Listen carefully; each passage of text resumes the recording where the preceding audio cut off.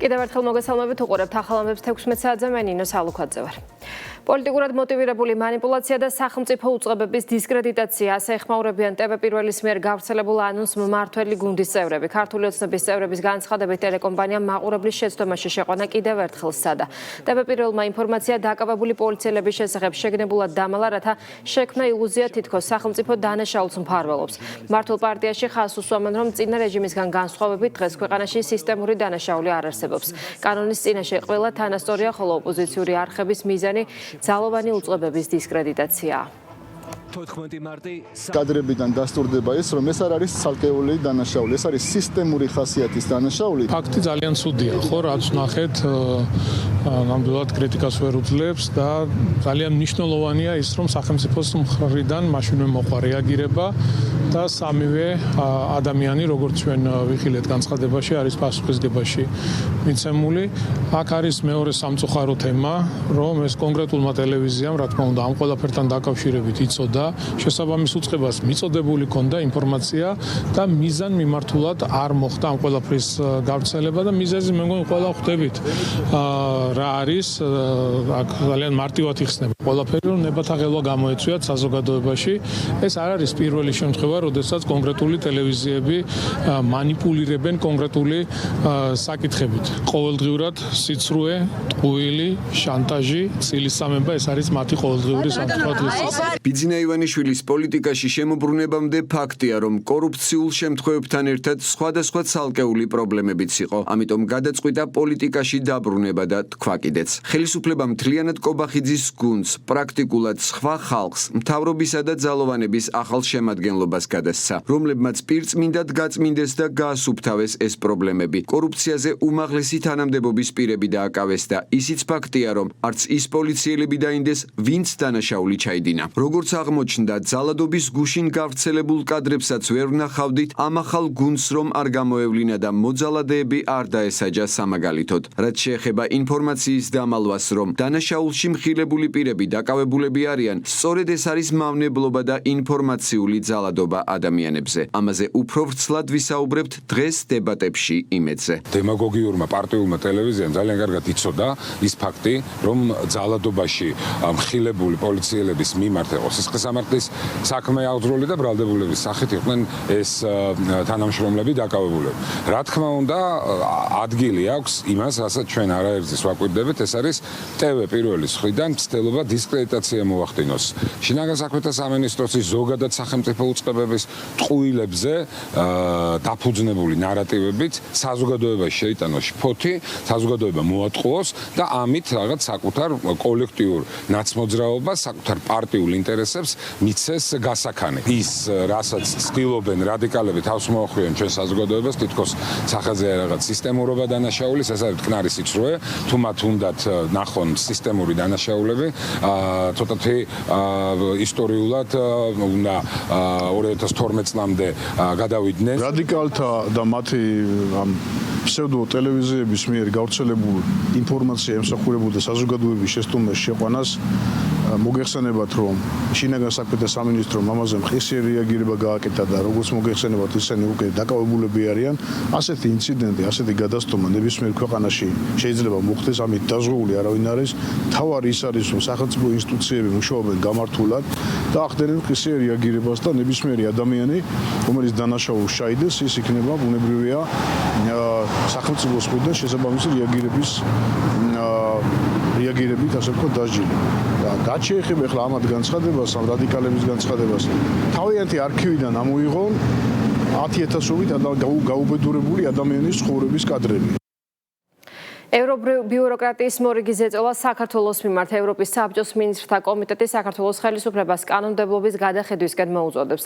შესაბამისი გადაწყვეტილება ევროპის საბჭოს ვებგვერდზეა გამოქვეყნებული. ქართულ ოცნებაში აცხადებენ, რომ მსგავსი მოწოდებები მიუღებელია, ვინაიდან ქართველი ხალხის მიერ არჩეული პარლამენტის უმრავლესობას ვერავინ აიძულებს კანონების უკან გაწევას ან ახალი კანონმდებლობის მიღებას.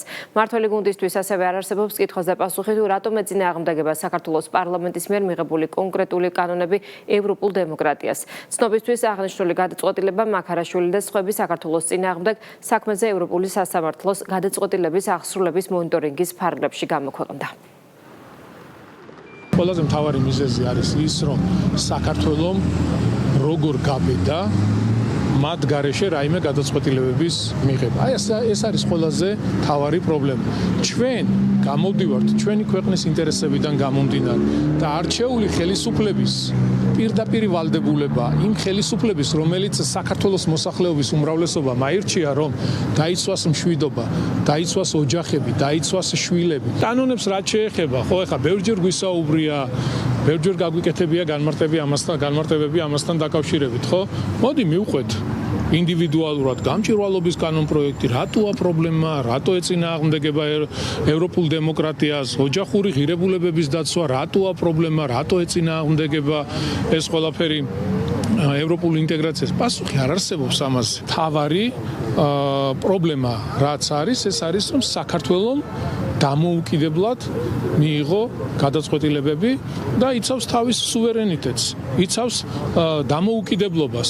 ყველა საკანონმდებლო რეგულაცია, რომელიც როგორც შეკრება მანიფესტაციის კუთხით, ასევე სხვა მიმართულებით საქართველოს მიიღო ეს სატყვისება, როგორც ჩვენი ქვეყნის კონსტიტუციას, ასევე საერთაშორისო სამართლებრივ ნორმებს. ეს არის მკაფიოდ განსაზღვრული, მკაფიოდ დადგენილი და არაერთი საქმე, რომელიც საქართველოსთან, მაგალითად სტრასბურგის ადამიანის უფლებათა ევროპულ სასამართლოში წასულა, რომელზედაც ჩვენ დღენიად აგვიკიჟინებდნენ, თითქოს საქართველოს არ ღვევდა როგორც ჩვენი ქვეყნის, ასევე საერთაშორისო სამართლებრივ ნორმებს, დასრულებულა ეს საქმეები სტრასბურგში ისე, რომ საქართველოს გამართლებულა. ვერავინ ვერ მიგვითითებს ჩვენ იმაზე, რომელი კანონი უნდა შევიტანოთ პარლამენტში, რომელი კანონი უნდა განვიხილოთ, ან რომელი კანონი უნდა გამოვიწვიოთ, ან გავაუქმოთ, ან სულება შევიტანოთ. ეს არის ქართული ხალხის ნებით არჩეული საქართველოს ეროვნული ხელისუფლების გადასაწყვეტი. საკანონმდებლო ორგანოს გადასაწყვეტი ბუნებრივია, მე ურჩევდი თავად მათ გადახედონ თავიანთ კანონებს, იმიტომ რომ რაღაც აბსურდამდე მივიდა ზოგიერთი ქვეყნის კანონმდებლობა. 13 ივნისის მომხდარი ტრაგედიიდან 11 წელი გავიდა. თბილისის მერმა, დაღუპულთა ოჯახის წევრებმა და რიგითმა მოქალაქეებმა 13 ივნისის მემორიალი ყვავილებით შეამგეს. მემორიალთან სტიქის შედეგად დაღუპულთა სულის მოსახსენებელი პანაშვიდი აღევლინა. კახა კალაძემ და საკრებულოს წევრებმა გარდაცვლილთა სულებს პატივი მიაგეს და კიდევ ერთხელ მიუსამძიმრეს მათ ოჯახებსა და ახლობლებს. 2015 წლის 13 ივნისს დედაქალაქში ძლიერმა ნალექმა მდინარე ვერეს ადიდება გამოიწვია, შედეგად 22 ადამიანი დაიღუპა. 2015 წლის 13 ივნისი დღე, რომელიც ძალიან მძიმე იყო ჩვენი ქალაქისთვის, გვახსოვს თუ რა საშინელება დატრიალდა დედაქალაქში, რამაც მოიტანა ადამიანების გარდაცვალება, დავკარგეთ ათეულობით ადამიანი, რამდენიმე მგზავრულად დაკარგული, ძალიან მძიმე იყო ეს ყველაფერი, განადგურებული, გაუბედურებული ინფრასტრუქტურა, თუმცა ამავე დროს იყო ერთობის, გაერთიანების, ერთადგომის სიმბოლო, სადაც ჩვენ ნახეთ ახალგაზრდები, დიდები, პატარები, ყველა რეგიონიდან, ყველა ქალაქიდან ჩამოსულები შესაბამის სამსახურებს შიშველი ხელებით როგორ ეხმარებოდნენ და გვერდით ედგნენ ჩვენს დედაქალაქს. მე კიდევ ერთხელ მინდა მიუსამძიმრო გარდაცვლილის ოჯახებს. წარუშლელი თარიღია თითოეული ჩვენთაგანისთვის დედაქალაქში ეს ტრაგედია, რომელიც დატრიალდა წყალდიდობის შედეგად და დაიღუპა უამრავი ადამიანი, რა თქმა უნდა, დღეს ჩვენ გამოვხატავთ, პატივი მივაგეთ, ვილოცეთ მათი სულების მოსახსენებლად და მნიშვნელოვანია ის, რომ ამ დღემ, რა თქმა უნდა, როდესაც ტრაგედია მოხდა და ძალიან მძიმე იყო, ყველა სამოდროულად არ უნდა დაგვაუწყდეს, რომ დედაქალაქი და თელე საქართველო გაერთიანდა ამ ტრაგედიის გარშემო და ყველანი ვიყავით ერთიანები. მე მინდა ყველას მადლობა გადავუხადო, რომ გახსოვთ ჩვენი შვილები, ჩვენი ახლობლები და იზიარებ ჩვენს მწუხარებას. დიდი მადლობა ყველას, ქალაქის ხელისუფლებას, თქვენ და ყველას, ვის დღეს მოვიდა და გაიხსენა ეს ადამიანი.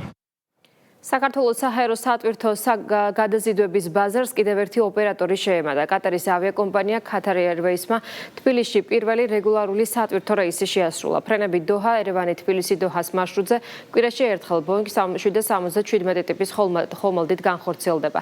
ახალი ოპერატორის შემოსვლა ბაზრის რეკორდულ ზრდას უკავშირდება. გასულ წელს საქართველოში საჰაერო გზით 38,000 ტონაზე მეტი თვირთი გადაიზიდა, რაც ქვეყნის ისტორიაში რეკორდული მაჩვენებელია.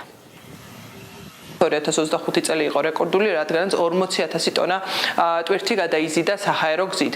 ამ ტენდენციას აგრძელებს 2026 წელიც და მნიშვნელოვანია, რომ სულ ახალი და ახალი ავიაკომპანიები ინტერესდებიან აღნიშნულ საჰაერო ხაზზე. და უნდა აღინიშნოს, რომ კატარის სახელმწიფო კომპანია, კატარის ავიახაზები შემოვიდა ქართულ ბაზარზე, დაიწყო რეგულარული ფრენები ამ მიმართულებით და ჩვენ დარწმუნებულები ვართ, რომ 2026 წელიც იქნება ძალიან წარმატებული. სავიაციო სატვირთო გადაზიდვები რეკორდულ ზრდას აჩვენებს. 2025 წელს ქვეყანამ რეკორდული მაჩვენებელი დააფიქსირა. საქართველოს აეროპორტები მოემსახურեն 38,500 ტონა ტვირთს, რაც 50%-ით მეტია 2024 წელთან შედარებით და 101%-ით მეტია 2023 წელთან შედარებით. რაც შეეხება მიმდინარე წელს, 2026 წლის პირველ 5 თვეში დამუშავებული იქნა 17,000 ტონაზე მეტი ტვირთი, რაც 28%-ით მეტია გასული წლის ანალოგიურ პერიოდთან შედარებით. კარგო გადაზიდვები, სატვირთო გადაზიდვები თბილისის აეროპორტში ყოველწლიურად მზარდია. შესაბამისად, აეროპორტი წარმითარებს ინფრასტრუქტურას და იზრდება, რათა ხელი შეუწყოთ სატვირთო გადაზიდვებს. მნიშვნელოვანი არის სატვირთო გადაზიდვები ჩვენი ქვეყნისთვის, რათა ქვეყანა ჩამოყალიბდეს რეგიონში როგორც ლოჯისტიკურ ჰაბად. საქართველოს იუსტიციის სამინისტროს ეროვნულ არქივში სამეცნიერო საინფორმაციო კონფერენცია საქართველოს არქივები გაიხსნა. ეროვნული არქივის თანამშრომლებმა თბილისიდან და რეგიონებიდან კონფერენციაზე წარადგინეს მოხსენებები საქართველოს ისტორიის, კულტურული მემკვიდრეობის, არქივთმცოდნეობისა და რეგიონულ არქივებში დაცული გამორჩეული ფონდებისა და კოლექციების შესახებ. კონფერენციის პარალელურად ეროვნული არქივის საგამოფენო პავილიონში გაიხსნა გამოფენა საქართველოს არქივები, რომელიც ფართო საზოგადოებას საქართველოს ცენტრალურ და რეგიონულ არქივში დაცულ დოკუმენტურ მემკვიდრეობას და ისტორიულ ფოტომასალას გააცნობს.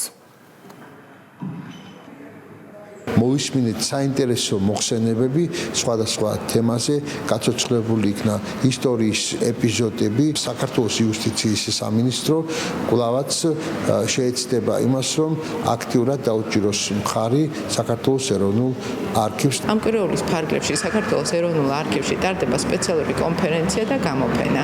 ორივე ეს ღონისძიება შეტანილი არის არქივების საერთაშორისო საბჭოს საერთაშორისო კალენდარში. ყველა რეგიონულმა არქივმა წარმოადგინა საკუთარი მასალა გამოფენაზე და ვფიქრობ, რომ ერთ-ერთი საუკეთესო გამოფენა არის, რომელიც ეროვნულ არქივში ჩატარებულა. სტარინგ ჯორჯიას ისტორიაში ყველაზე მასშტაბური მოვლენა თბილისი მსოფლიო მედიის ყურადღების ეპიცენტრში კიდევ ერთხელ მოექცა. დინამო არენაზე მსოფლიო მეგა ვარსკვლავი კანიე ვესტის გრანდიოზული კონცერტი გაიმართა. 70,000-იანი აუდიტორიის წინაშე არტისტი დაუწყარი ლაივ პერფორმანსით წარსდგა. მსოფლიო ვარსკვლავმა ძველი, კარგად ნაცნობი და ახალი ჰიტები შეასრულა. კონცერტს დინამო არენაზე უპრეცედენტო მასშტაბით მსმენელი დაესწრო. ეს შოუ წარმოუდგენელი იყო, ემოციების პიკი, მუსიკა ყველა ადამიანურ ემოციას შეეხო, ბედნიერებასაც და სევდასაც. კონცერტზე ხან სიხარულით ვხტოდი, ხან კი ვტიროდი. მისი ენერგია საქართველოში საოცარი იყო. ეს ამ ტურნეზე ერთ-ერთი საუკეთესო პერფორმანსი იყო. ძალიან ბედნიერი ვარ, რომ ამ ქვეყანაში ჩამოვედი. აქაური სამზარეულოც ძალიან შემიყვარდა. საოცარი კონცერტი იყო, მომეწონა ორგანიზებაც და შოუც. კანიე ვესტის ყველა სიმღერა ზეპირად არ ვიცოდი, თუმცა ისეთი საოცარი ენერგეტიკა მოდიოდა, რომ ამას ყველა ვგრძნობდით. შეუდარებელი შოუ იყო, მადლობა დიდი. ეს იყო შესანიშნავი. ჩემს ცხოვრებაში ასეთ კონცერტზე არ ყოფილვარ. კანიე ვესტი შეუდარებელია. შოუც გასაოცარი იყო. ყველას ძალიან მოგვეწონა. განათლების სამინისტრო, შინაგან საქმეთა სამინისტროსა და საგანმანათლებლო დაწესებულების მანდატური სამსახურის ერთობლივი კამპანიის მე მომავალში ფარგლებში გამარჯვებული მოსწავლეების დაჯილდოების ცერემონია გაიმართა. კამპანიის ფარგლებში გამართულ ესეების, კომიქსების, ლოგოს შექმნის, ასევე სპორტული აქტივობებისა და სხვადასხვა კონკურსებში სულ 56 გამარჯვებული მოსწავლე გამოვლინდა. კონკურსში 160 საჯარო და 2 კერძო სკოლის 7500-ზე მეტი მოსწავლე მონაწილეობდა. კამპანიას საფუძველი 2025 წელს ჩაეყარა და მისი მიზანი მოზარდებში ფსიქოაქტიური ნივთიერებების ავადმოხმარების პრევენცია, ჯანსაღი ცხოვრების წესის პოპულარიზაცია და პასუხისმგებლიანი ქცევის წახალისებაა.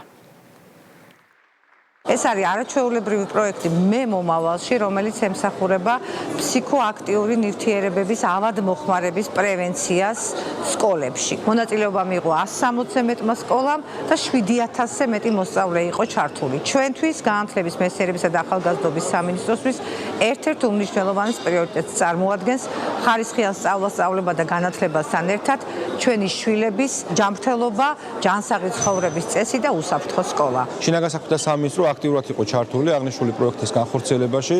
ჩვენი მასწავლებლების ოფიცრები ყოველდღიურ რეჟიმში ხვდებოდნენ ბავშვებს სკოლებში და აწვდიდნენ იმ საჭირო ინფორმაციას, რაც აუცილებელია თითოეული ახალგაზრდისთვის იმისათვის, რომ ისინი ცხოვრობდნენ ცხოვრების ჯანსაღი წესით. ფიქრობ, რომ ეს იყო ძალიან მნიშვნელოვანი პროექტი, რომელიც აუცილებლად უნდა გაგრძელდეს მომავალში. სპორტი უმნიშვნელოვანეს როლს თამაშობს როგორც პრევენციის ნაწილი. იმიტომ რომ ადამიანის ფიზიკური აღზის ჩამოყალიბებაში სპორტი უმნიშვნელოვანეს როლს ასრულებს და ის ბავშვები, რომლებიც მონაწილეობდნენ ამ პროექტში და ღონისძიებაში, ვფიქრობ ძალიან კარგი სარგებელი მიიღეს, ჩაერთნენ ფიზიკურ აქტივობებში და მომავალშიც ჩვენ გავაგრძელებთ ხარდაჭერას ასეთი პროექტების. მე დავწერე თემა სათაურით როგორ ვაკეთებ სწორ არჩევანს, როდესაც ჩემს მეგობრებს განსხვავებული აზრი აქვთ. ამ თემაში კარგად ჩანს, რატომ არ უნდა მოვიხმაროთ ენერგეტიკული სასმელები. დღეს მთავარი სიახლეების შესახებ უფრო ცალად მთავარ გამოშვებაში 7 საათზე მოგიყვებით დროებით.